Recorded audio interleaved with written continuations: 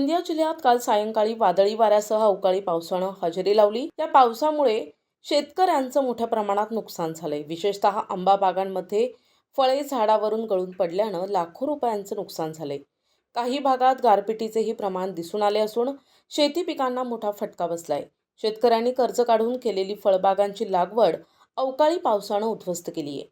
आंब्यांची फळं जमीनदोस्त झाली असून बाजारात येण्याआधीच फळांचं मोठं नुकसान झाल्यानं शेतकरी हवालदिल झालेत। आज सकाळपासूनही जिल्ह्यात ढगाळ वातावरण आहे, तर काही भागात रिपरिप पावसाचा जोर कायम आहे।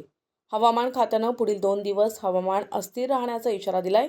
या पार्श्वभूमीवर प्रशासनानं तातडीनं पंचनामे करून शेतकऱ्यांना आर्थिक मदतीसाठी पावले उचलावीत, अशी मागणी शेतकरी वर्गातून केली जात आहे। या पार्श्वभूमीवर प्रशासनानं तातडीनं पंचनामे करून शेतकऱ्यांना आर्थिक मदतीसाठी पावले उचलावीत, अशी मागणी शेतकरी वर्गातून केली जात आहे।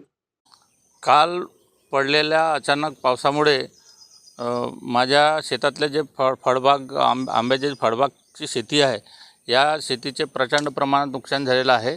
यामध्ये नीलम प्रकारचा जो आंबा आहे, नीलम आंबा खूप प्रमाणात झडलेला आहे। तो आकाराने मोठा झालेला आहे।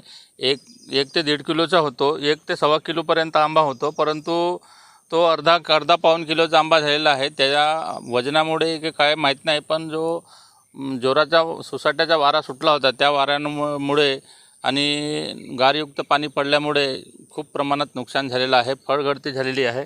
आपण पाहू शकता, हे खूप प्रमाणात फळ गळलेलं आहे।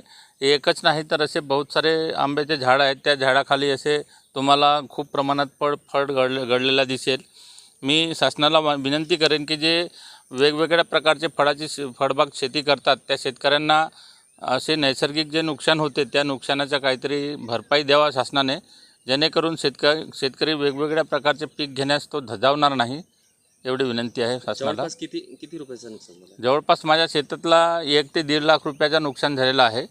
1 ते 1.5 लाख रुपयापर्यंतचे आंबे खूप झडलेले आहेत। प्रतिनिधी राधाकिसन सुटे, NTV न्यूज मराठी, गोंदिया।